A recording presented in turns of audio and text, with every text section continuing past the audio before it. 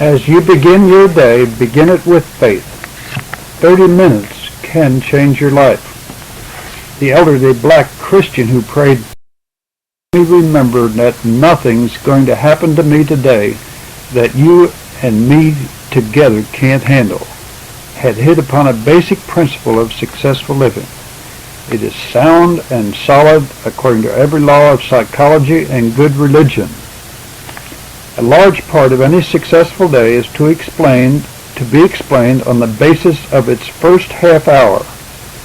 Much of the satisfaction we get out of our day-long activities roots down in the attitudes we assume during the first 30 minutes of wakefulness. If we take the right attitude toward the day at its beginning, we have an excellent chance of arriving at its ending in a highly satisfactory state of mind. And we choose our attitudes. They are never forced upon us. It is precisely at this point that good religion demonstrates its practical value. The man of faith is prepared to meet even the most menacing day with confidence, and he will emerge victorious, providing he starts with 4 major assumptions.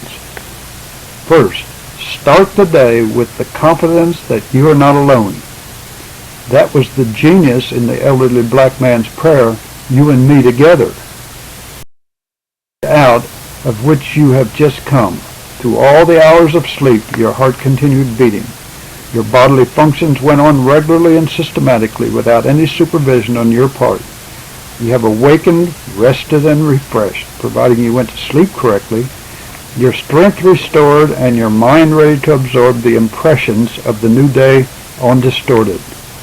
All of this is the result of your Heavenly Father's care and solicitude. The same divine presence which stood guard over you through the night is ready to accompany you through the day, providing you with the energy you need for the day's work you are expected to do. Just as God regulated your heartbeats during the hours of unconsciousness, so also He will manage the machinery of your body during your conscious hours. You need give your body no further concern. After you have provided it with the necessary fuel for the day and given it a decent amount of care, you can forget it. God will see to it that it operates efficiently. You must drive it with care, of course, but God will attend to its operation. Therefore, the first thing in the morning, as soon as your consciousness returns, breathe a prayer of greeting to God. Express your delight in the fact that you are to have another day together. The day upon which you are entering is to be a partnership project. Rejoice in that fact and be sure to greet God cheerily. Number 2, follow up with an assurance to God that you stand ready to accept any part of the burden of the day that He may want to assign to you. If the day into which you are entering is a partnership enterprise, then God is a senior partner. He has more at stake in it than you have, for He has many others dependent upon His good performance. He knows more about the factors that enter into the day than you do, and He was awake and getting the day's work laid out long before you returned to consciousness. He can see farther than you can. He has had more experience. A successful day in His plan has eternal meaning.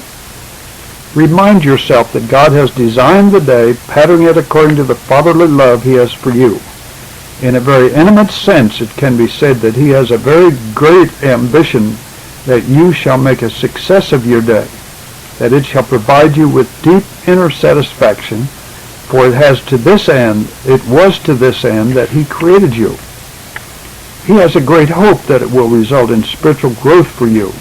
He takes great satisfaction in watching His children grow up, because He is your Heavenly Father.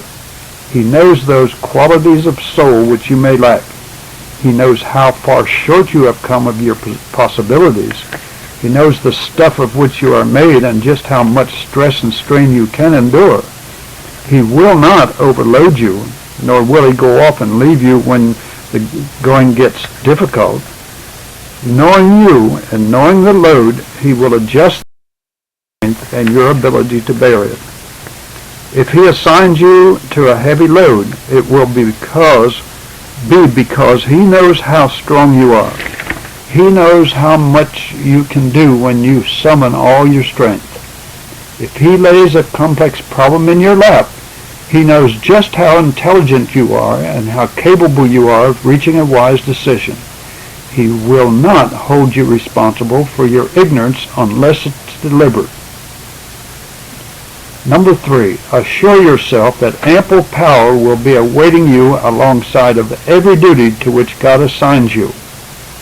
As you lie upon your bed contemplating the day ahead, you will probably have no awareness of any unusual power flowing in upon either your body or your mind. Indeed, the sleep of the night may have left you with a feeling of lassitude or of actual weakness. Let this be understood for exactly what it is, a condition of complete relaxation which makes possible the inflow of energy. A body taut and tense is one that is closed against any such inflow, and an anxious mind is equally closed against God's efforts to strengthen one's spirit. Bear in mind the simple fact that you do not need to feel at 7 o'clock in the morning the power that you're going to use at 11 o'clock. But you have a perfect right to assume that if an excessive load must be carried at 11, God will be on hand to supply the extra power you will need for your duty. At the time, it must be discharged.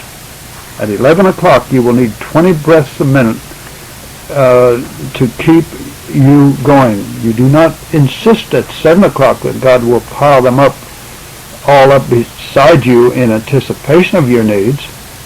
If God can be relied upon to provide you with your breaths, then he can also be depended upon to provide you with the power you need to do the work he requires of you.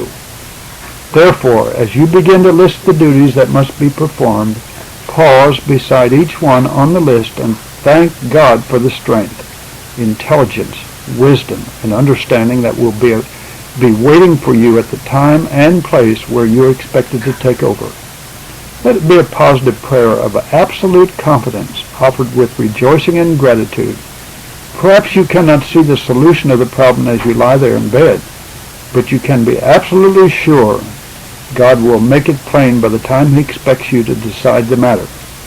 It may even be that he will not make the entire solution clear, but at least he will make the next step perfectly plain. If he does not, then you need not take it. And last, number 4, assure yourself that God does not hold you responsible for success. He only holds you responsible for faithfulness. Today, neither does he pick out someone in our acquaintanceship as the standard and expect us to measure up to his performance. If we work for another man, we concede the fact that he has bought a certain block of our time and is entitled to faithful service during those hours.